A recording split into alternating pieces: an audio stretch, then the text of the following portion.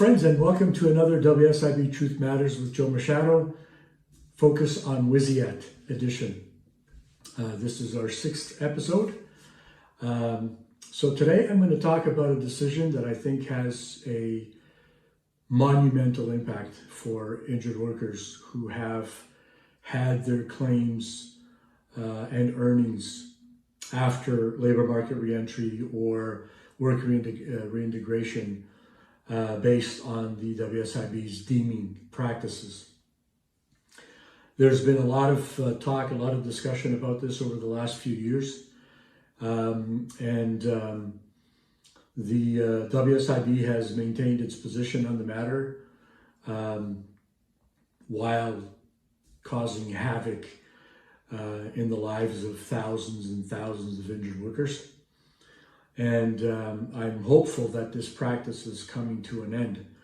And the reason why I say that is because the Workplace Safety and Insurance Appeals Tribunal, the highest level of appeal dealing with WSIB cases specifically, has made a decision recently on September 15th, 2023, so very recent decision, dealing with issues relating to deeming that I believe are going to have far positive implications for injured workers.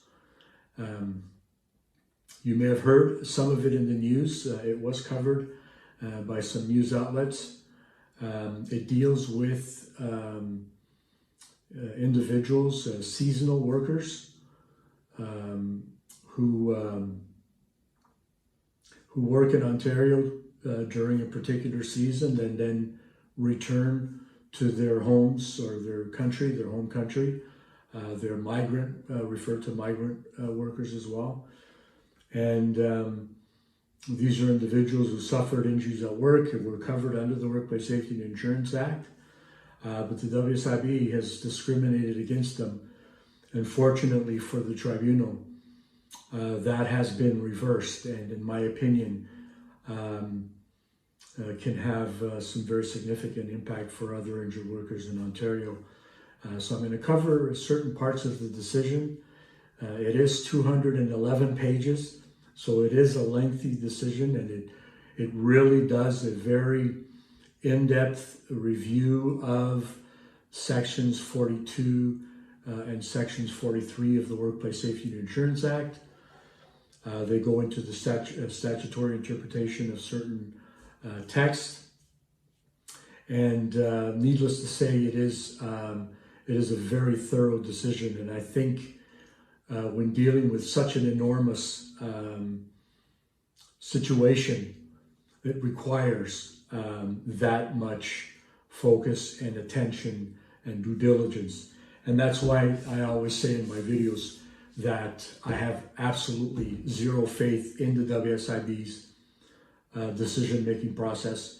I think that their tribunal or their Workplace Safety and Insurance board's appeals services branches is useless. It should be disbanded, and all appeals should proceed from the operational decisions and reconsideration to the tribunal, because anything other than that is a lack of justice, and it's a delay tactic on the part of the WSIB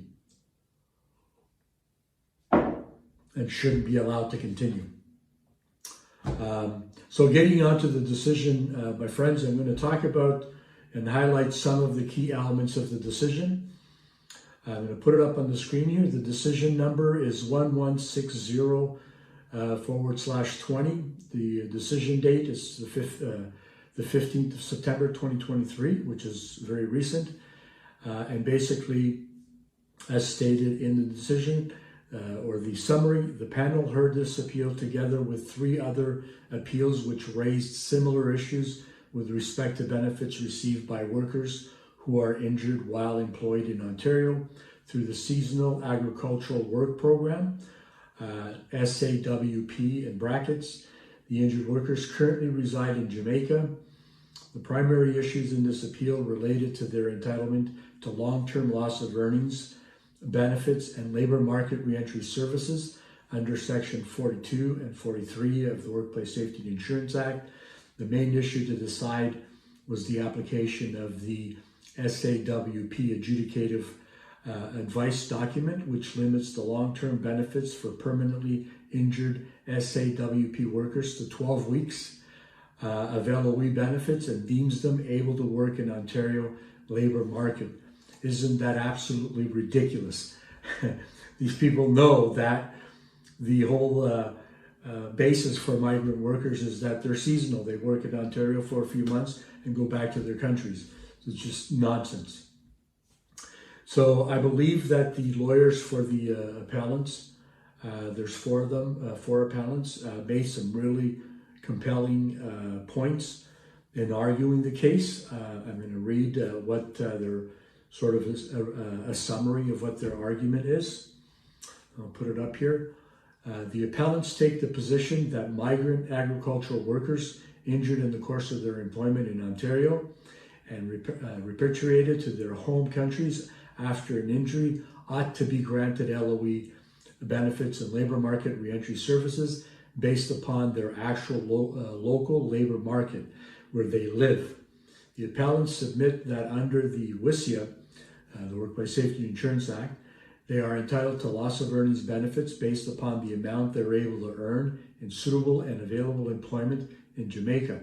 Of course, that's where they live.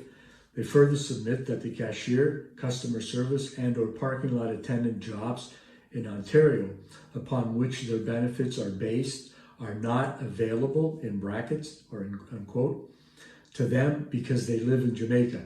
They submit that because of their workplace injuries, they cannot return to work in Ontario through the SAWP and have no way to earn income in Ontario's labor market.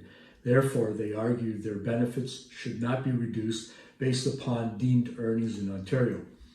The Tribunal does a very significant deep dive into what that means, what the legislation and the actual amendment to Bill 187 impacts the availability of work and whether or not that work or the WSIB should only consider work that is restricted to Ontario. And we also know that there's injured workers that work outside of Ontario for a company that they're employed within Ontario, and that doesn't negate their coverage and or entitlement to benefits and services under the Workplace Safety and Insurance Act. This is no different. So the WSIB's position on this was stated as, the WSIB participated in the proceedings as amicus curiae. That's a Latin term, a fancy term to say that they're friends of the court with an interest in the outcome of the case, obviously.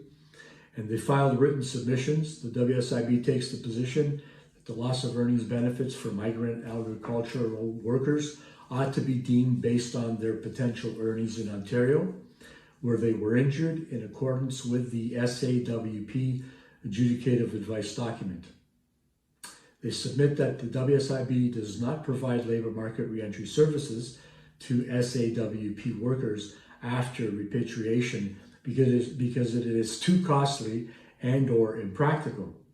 They further submit that the Workplace Safety and Insurance Act is Ontario legislation and it was not intended to take into account labor markets outside of Ontario. Well, that's just total bullshit.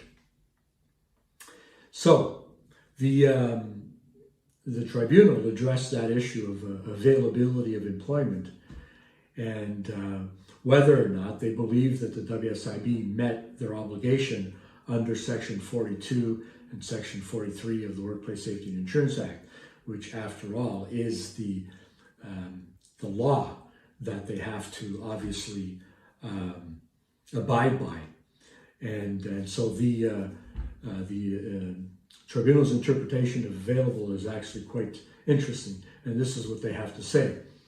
A plain reading of Section 42 and 43, taking into account the Bill 187 amendments, conveys the legislature's intention that the board's decision regarding an appropriate LMR program or plan and LOE benefits ought to take into account suitable work that is available to the worker. In our interpretation, quote, available, end quote, work must take into account an injured worker's actual labor market, which in this case would be where they reside in Jamaica. The ordinary meaning of Section 42 does not preclude the consideration of labor markets outside of Ontario in the consideration of what type of work is available to the worker. To the contrary, the specific addition of the term available connotes an intention to take into account a worker's actual circumstances. They go on to state, the term available has been defined in tribunal case law and in multiple versions of board policy. The record includes Operational Policy Manual document number 190201, titled Work Reintegration Principles, Concepts, and Definitions, dated December 3rd, 2012, the WR policy, which defines available work as it relates to the labor market. Available means that employment must exist and be in demand in the labor market to the extent that the worker has a reasonable prospect of obtaining employment. Well, they're not going to have a reasonable prospect of obtaining employment if they live in Jamaica and the WSIB restricts the services being provided to them to Ontario. This definition reinforces our interpretation of the statute as requiring a realistic assessment of the worker's ability to earn for the purposes of LMR services and LOE benefits. The job identified as the SEB under sections 42 and 43 must actually exist, and the worker must have a reasonable prospect of obtaining it. And unlike the WSIB and the WSIB's land of make-believe, as you recall, I talked about that in a recent video. The WSIB, the Workplace Safety and Insurance Appeals Tribunal, goes on to state, this, quote, real world, end quote, approach to what constitutes available work is further supported by tribunal case law. The tribunal's case law demonstrates that the interpretation of the word available with respect to post-accident employment takes into account the likelihood of the worker being able to secure the specified occupation based upon the evidence and not some thing that the WSIB pulls out of thin air, as they do for pretty much every injured worker.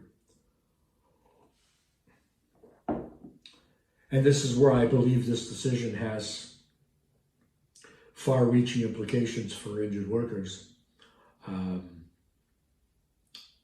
to injured workers' benefit, because these arguments and the tribunal's findings would in the same manner apply to an individual that's injured in Ontario, is left with permanent restrictions as a result of his or her injury. The employer is not able to accommodate in any form. There is entitlement to labor market reentry services. It's not restricted to 12 weeks, nor are the benefits. And the WSIB, when making a determination, rather than deem what the worker is likely to earn after labor market reentry or an early and safe work reintegration program, that availability is taking into consideration all of the factors that are relevant, the worker's individual factors that can have an impact on that availability of employment and how the worker is going to be able to compete for employment. In rendering their decision, which was a positive decision, it was made in favor of the appellants. The summary of the decision, the tribunal states as follows. The panel concluded that the long-term loss of earnings benefits for migrant agricultural workers ought to be based upon their ability to earn in their actual local regional labor market. It was not appropriate to limit their entitlement to long-term LOE benefits to 12 weeks in every case without regard for their individual circumstances. Further, migrant agricultural workers are entitled to labor market reentry assessments and services under Section 42 of the Workplace Safety and Insurance Act in accordance with their actual labor market. The panel declined to apply the non-binding SAWP adjudicative advice document that the WSIB introduced to these appeals because it concluded that it was not consistent with the language and purpose of the Workplace Safety and Insurance Act, including sections 1, 42, and 43, or binding board policies. So this decision is going to put the board back in its heels, or on its heels, rather, when dealing with how they're going to compensate injured workers for losses resulting from their injuries in situations where they're not able to find employment following labor market reentry or work reintegration services or whatever the hell else they provide. And so we are in the process of drafting a settlement doc, which is one of the tools that we use with my company, WSIBsettlements.com, which will be available to our members on Friday. And with one click, they'll be able to download the document, and upload it to the WSIB to address issues where their benefits are being deemed or have been deemed, and they are suffering wage losses as a result of the WSIB's deeming practices. So we want to get ahead of the game here and provide our members with the tools that they need, that you need, to get this addressed as quickly as possible, because I know that the WSIB is not going to just easily and quietly let this stand. But I believe that cases that end up at the tribunal, and this is why I encourage individuals to appeal those decisions, I believe that the tribunal will take a very hard look at it and apply the law in a consistent and a fair manner as they have in this particular case. So be on the lookout for that. It'll be available on our app on Friday. And also, if you're not aware, if you're not a member of WSIB Settlements, you're not aware or unsure of what benefits you should have received in your claim, whether it was 40 years ago or last week, or whether you're getting paid what you're entitled to receive, or you have any questions at all with respect to any entitlement issue with respect to the WSIB, and you need answers, we have just introduced the WSIB case audit that is available through WSIBsettlements.com. And a lot of our members are taking advantage of that because it's important to know where you stand and what you need to do to protect your rights. And our case audit is a very in-depth audit of your entire case. It's not just a file review. It takes a holistic approach to the case. We look at any and all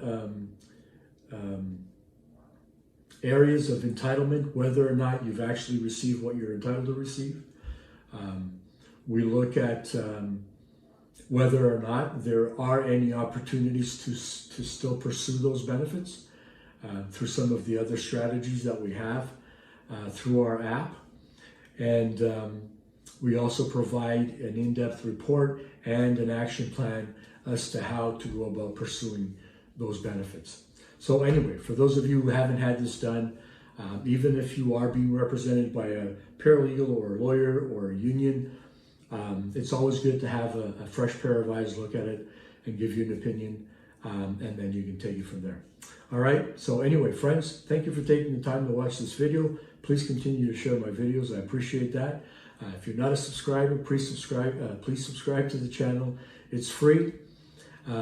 Click the notification bell and you get notified every time I come out with a new video. All of this information on this channel is free, and We're doing as much as we can to inform injured workers of their rights and to provide assistance to help you succeed in your claim. All right, friends, as always, take care.